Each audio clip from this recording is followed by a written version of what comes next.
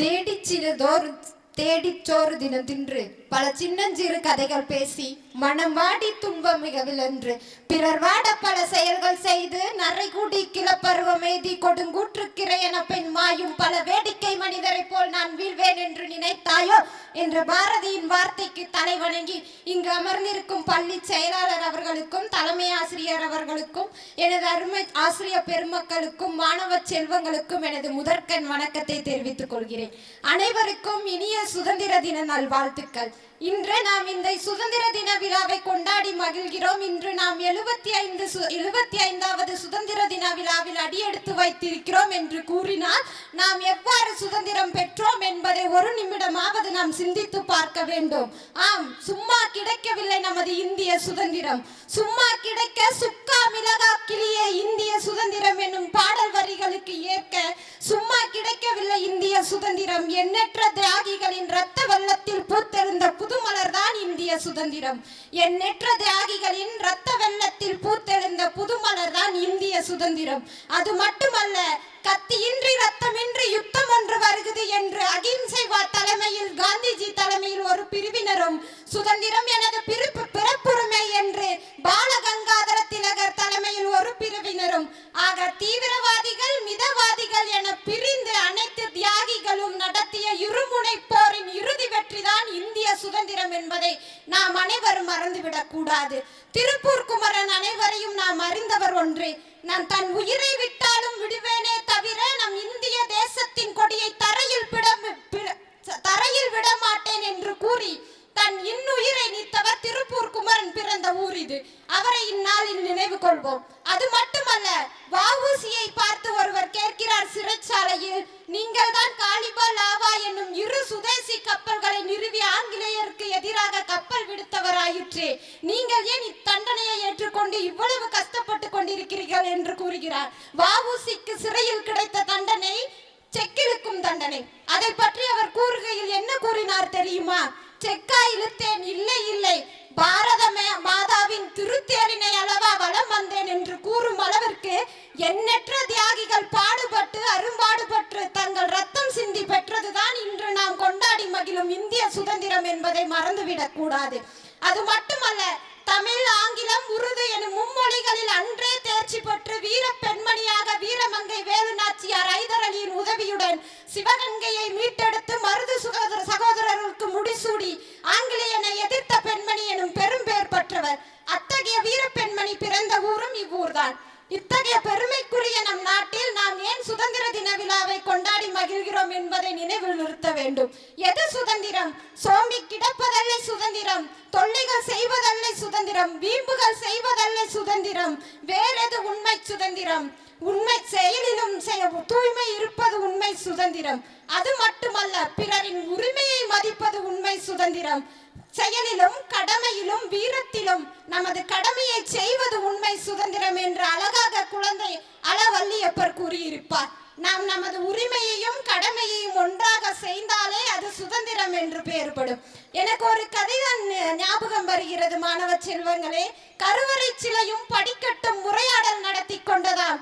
கருவறை சிலையை பார்த்து படிக்கட்டு கேட்டதாம், எப்பொழுதும் உனக்கு மட்டும் ஆராதனையும் அர்ச்சனைகளும் கிடைக்கின்றனவே, என்னை ஏன் எல்லோரும் கல்லால் மிதிக்கிறார்கள் காலால் மிதிக்கிறார்கள் என்று கேட்டதாம்.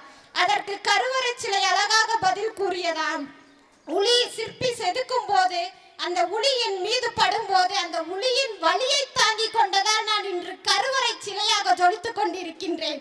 அந்த வலியை தாங்காமல் நீ உடனடியாக உடைந்து விட்டதால் படிக்கட்டாக பலரின் காலடியில் மிதிபடுகிறாய் என்று கூறியதாம்.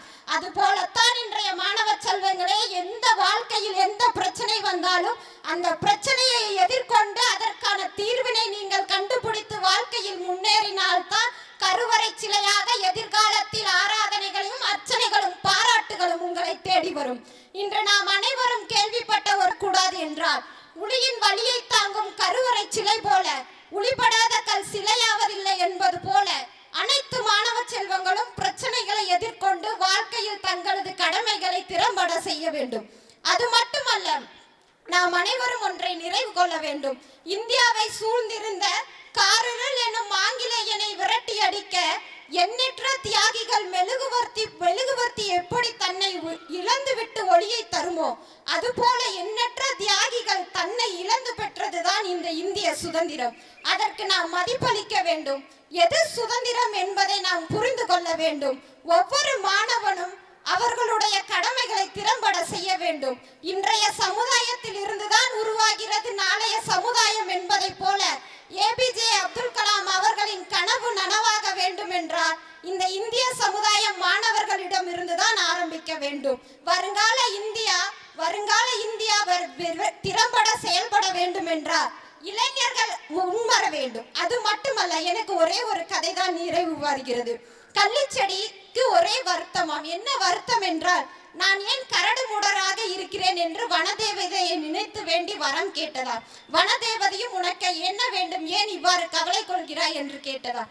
அதற்கு கள்ளிச்செடி கூறியதாம், நான் இவ்வாறு கரடு முரடான இலைகளை கொண்டிருப்பதால் யாரும் என்னை கண்டுகொள்ள மாட்டேங்கிறார்கள் என்று சொன்னதாம். அது மட்டுமல்ல, அதற்கு வனதேவதை கூறியதாம், சரி உன் விருப்பப்படியே தருகிறேன், உனக்கு என்ன வேண்டும் என்று கேட்டதாம். அப்போது கள்ளிச்செடி கூறியதாம், எனக்கு மணி பிளான்ட் போன்று பலவென்று இதழ்கள் வேண்டும் என்று கேட்டதாம். அதற்கு தந்தேன் என்று கூறி வனதேவதை மறந்து விட்டதாம். அடுத்த நாளே ஆடிக்காற்றில் ஆடி அனைத்து கண்ணாடி இலைகளும் தூள் தூளானதாம். மறுபடியும் கள்ளிச்செடி மனம் வருந்தி வரம் கேட்டதாம். மறுபடியும் வனதேவதை என்ன வேண்டும் என்று கேட்கிறது. அதற்கு கள்ளிச்செடி கூறுகிறது, எனக்கு வாழை இலை போன்று வளவளப்பான இலை வேண்டும் என்று கேட்டதாம். அதற்கும் வனதேவதை தந்தேன் என்று கூறி மறந்து விட்டது. அடுத்த நாள் ஆடு மாடுகள் அதை தின்று விட்டன. மறுபடியும் கள்ளிச்செடி அழுகிறது, உனக்கு என்ன வரம் வேண்டும் என்று கேட்கிறது. எனக்கு தங்கம் போன்ற இலைகள் வேண்டும் என்று கேட்கிறது. வனதேவதையும் தந்தேன் என்று கூறிவிட்டு மறைந்து சென்றது. பிறகுதான் தெரிகிறது, அடுத்த நாள் திருடர்களால் அந்த அனைத்து இலைகளும் களவாடப்பட்டன. மறுபடியும் கள்ளிச்செடி மனம் வருந்தி அழுது கொண்டு இருக்கும் போது வனதேவதை வந்து கூறுகிறது, இதுதான் உனது கடைசி வாய்ப்பு. இப்பொழுது நன்கு யோசித்து திறம்பட செயல்பட்டு உனது வரத்தை கேள். மறுபடி நான் உன் தோன்ற மாட்டேன் என்று கூறிய பிறகு கள்ளிச்செடி கேட்டதாம், எவராலும் திருடப்படாத, காற்றில் உடையாத, ஆடு மாடுகள் தின்ன முடியாத இலையை எனக்கு தா என்று கேட்டதாம். வனதேவதை தந்தேன் என்று கூறி மறைந்ததாம். கள்ளிச்செடி தன்னை ஒரு நிமிடம் பார்த்ததாம். தான் இருந்த பழைய உருவத்தில் முற்களோடு கள்ளிச்செடி கம்பீரமாக நின்றதாம். மாணவர்களே, உங்களுடைய தனித்திறமையை உங்களிடம்தான் இருக்கிறது. அதை வெளிக்கொணர்ந்து உங்களுடைய மீது தன்னம்பிக்கை வைத்தால்தான் நீங்கள் வாழ்க்கையில் முன்னேற முடியும் என்று கூறி பேச வாய்ப்பளித்தைக்கும் வாழ்வழி கேட்டமைக்கும் நன்றி கூறி விடைபெறுகிறேன். நன்றி, வணக்கம்.